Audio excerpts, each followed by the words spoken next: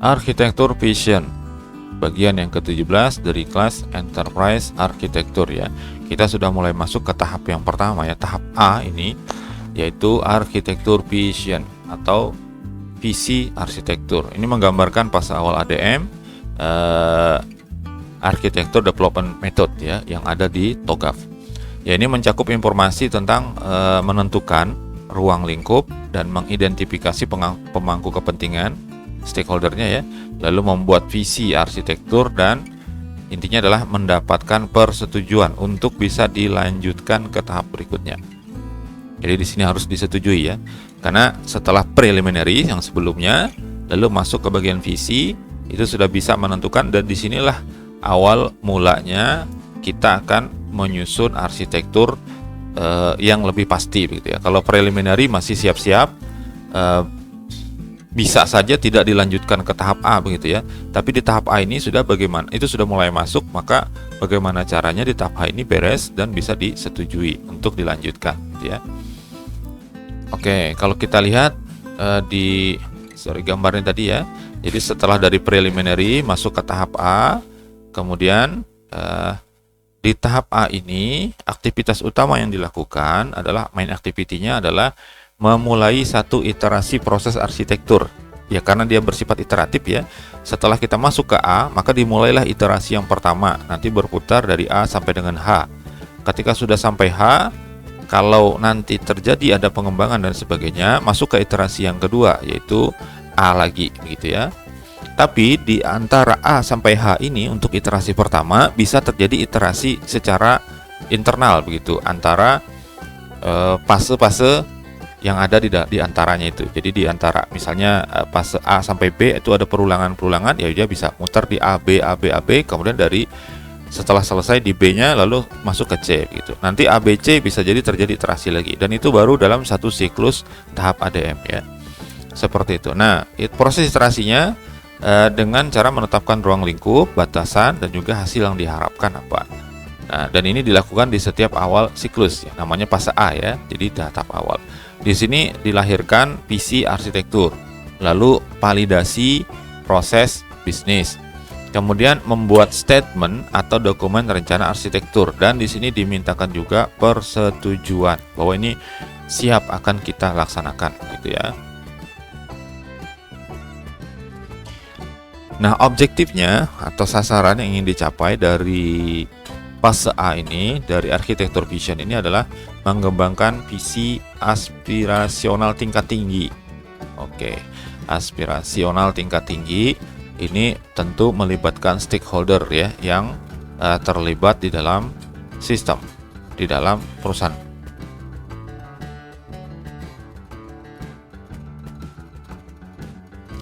Yang berkaitan dengan kemampuan dan nilai bisnis yang ingin dicapai sebagai hasil dari enterprise arsitektur yang nanti diusulkan. Jadi dari visi aspirasional ini muncul pengetahuan bagi stakeholder yang ketika membaca dokumen tersebut, membaca objektif ini, maka stakeholder itu sudah paham nanti arahnya kemana begitu ya, apa yang ingin dihasilkan, apa yang ingin dicapai gitu. Nah, yang berikutnya adalah sasarannya adalah mendapatkan persetujuan atas dokumen rencana arsitektur ini. Ada program kerja di dalamnya, kemudian untuk mengembangkan program kerja ini berisi pengembangan dan penerapan arsitektur yang tertuang dalam dokumen visi arsitektur. Di situ kelihatan tuh apa-apa saja yang mau dilaksanakan gitu ya. Karena visi ini merupakan yang sifatnya global begitu, yang sifatnya paling umum, maka perlu dijelaskan nanti detailnya oleh tahap-tahap yang lain ya. Setidaknya di fase A ini memunculkan fase B, C, D sampai H itu. Kemudian nanti setiap fase itu akan menjelaskan detailnya masing-masing. Apa yang harus dikerjakan, dokumen apa yang terlibat dan sebagainya. Nah, langkah-langkahnya di fase A ini adalah pertama membangun proyek arsitektur, karena dia mulai ya di sini. Jadi sudah membangun itu sudah dimulai di fase A ini. Lalu mengidentifikasi stakeholder dan persyaratan bisnis. Nah, ini stakeholder yang terlibat siapa saja. apakah keseluruhan dari organisasi, dari perusahaan itu dilibatkan dalam pengembangan arsitektur ini, atau hanya sebagian saja, atau hanya pihak-pihak yang memang terkait dengan bidang-bidangnya saja, atau seperti apa ya. Kemudian ada syarat-syarat bisnis, menjelaskan dan memastikan sasaran bisnis, pendorong bisnis, dan kendala-kendalanya. Di sini sebetulnya di tahap-tahap ini sudah masuk yang namanya analisis, baik itu misalnya menggunakan SWOT ya, lalu menggunakan pieces misalnya atau yang lainnya, supaya diketahui tentang kekuatan, kelemahan, kemudian ada peluang dan juga ada ancaman yang mungkin akan dihadapi ya, seperti itu. Jadi dari situ juga bisa melakukan evaluasi terhadap kemampuan yang dimiliki ya, menggunakan SWOT tersebut. Lalu menilai kira-kira transformasi bisnis ini dengan menerapkan framework yang baru ini apakah bisa dilaksanakan atau tidak. Jadi readiness-nya itu apakah terpenuhi atau tidak begitu ya. Kemudian ruang lingkup atau batasan arsitektur, mengembangkan visi arsitektur, lalu identifikasi risiko transformasi. Ya, mengidentifikasi risiko transformasi ketika nanti akan dicoba diterapkan, apakah ada risiko yang dihadapi, kemudian melakukan mitigasi.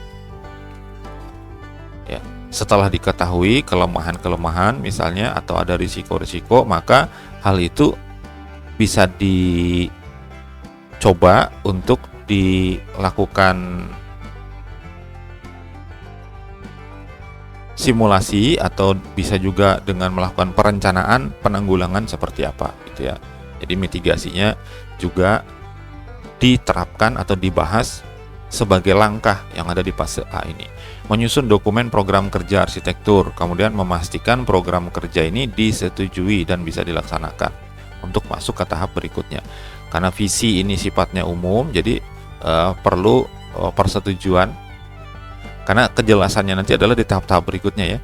Maka kalau hanya bersifat umum, kadang-kadang itu bisa terjadi penolakan karena masih belum jelas begitu.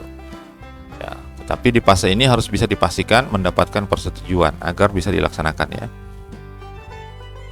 Nah, inputnya itu kurang lebih sama aja ya semuanya. Jadi ada bahan pembanding, ada yang sifatnya non arsitektur, ada yang sifatnya arsitektur ya.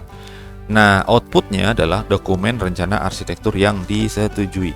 Karena tadi kita perlu minta persetujuan ya. Dokumen yang telah disempurnakan tentang prinsip bisnis, kemudian prinsip arsitekturnya juga tadi yang dibahas di bagian preliminary ya. Kemudian tujuan bisnis, pendorong bisnis, atau kita sebut saja di sini ada hasil analisis SWOT-nya misalnya gitu ya. Prinsip arsitektur, kemudian hasil penilaian kemampuan, jadi readiness-nya tadi, kesiapan transformasi, kemudian kerangka arsitektur yang sudah disesuaikan dari yang tahap sebelumnya ya, disesuaikan, diperbaiki gitu. Lalu ada visi dari arsitektur, draft dokumen definisinya, kemudian rencana komunikasi, cara komunikasi dan bentuk komunikasi. Nah, kemudian konten tambahan untuk mengisi repositori arsitektur. Jadi dalam repositori yang tadi kita sebutkan misalnya versinya versi 1 begitu ya. Lalu versi 1 ini ada penjelasannya nih. Ya ini ada misalnya penetapan visi arsitektur, kemudian rencana komunikasinya begini dan seterusnya ya. Nanti ketika masuk ke iterasi yang kedua, artinya setelah habis dari fase A sampai ke fase H, masuk ke fase A lagi, di situ akan ada konten tambahan lagi untuk mengisi repositorinya. Jadi sudah masuk versi 1 titik berapa misalnya begitu ya. Nah, itu sudah ada pengembangan lebih lanjut. Ya mirip-mirip seperti pengembangan software ya. Jadi pengembangan software itu biasanya ada apa ya istilahnya changelognya begitu. Jadi catatan perubahan dan itu dilakukan setiap versi. Baik itu versi secara mayor, kalau secara mayor misalnya versi 1 ke versi 2, versi 3 begitu ya. Tapi kalau dia perubahannya itu minor sifatnya, maka biasanya hanya menggunakan tanda titik ya. Misalnya versi 1.1 ada perubahan sedikit jadi versi 1.2 begitu. Tapi kalau sudah besar perubahannya dia menjadi 2.0 begitu. Ya, seperti itu. Nah, work statement-nya yang dihasilkan adalah deskripsi proyek. Yang pertama latar belakang proyeknya, ringkasan permintaan, ini mirip dengan yang dari di preliminary. Kemudian deskripsi masalah latar belakang permasalahan sehingga kenapa kita memunculkan visi ini gitu ya. Kemudian penggeraknya dan peluang perubahannya seperti apa. Ini berkaitan dengan hasil dari analisis. Entah itu menggunakan SWOT atau yang lainnya ya. Kemudian tujuan arsitekturnya adalah daftar tujuan dan penjelasan dari tujuan yang ingin dicapai. Lalu stakeholder, daftar stakeholder yang aktif terlibat. Jadi apakah semuanya sebagaimana saya sampaikan? Apakah semuanya, apakah sebagian? Kemudian kalau perlu sampai sejelas-jelasnya orang yang terlibat itu siapa, namanya, dari unit mana, divisi mana, dari departemen mana, melakukan apa nanti di dalam arsitektur ini. Kayak gitu ya.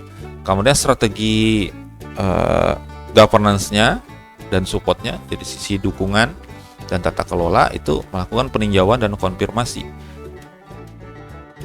dari apa yang sudah ditetapkan pada fase preliminary. Kemudian mengidentifikasi risiko dan juga penyelesaiannya tadi ya, apakah sudah siap atau belum gitu.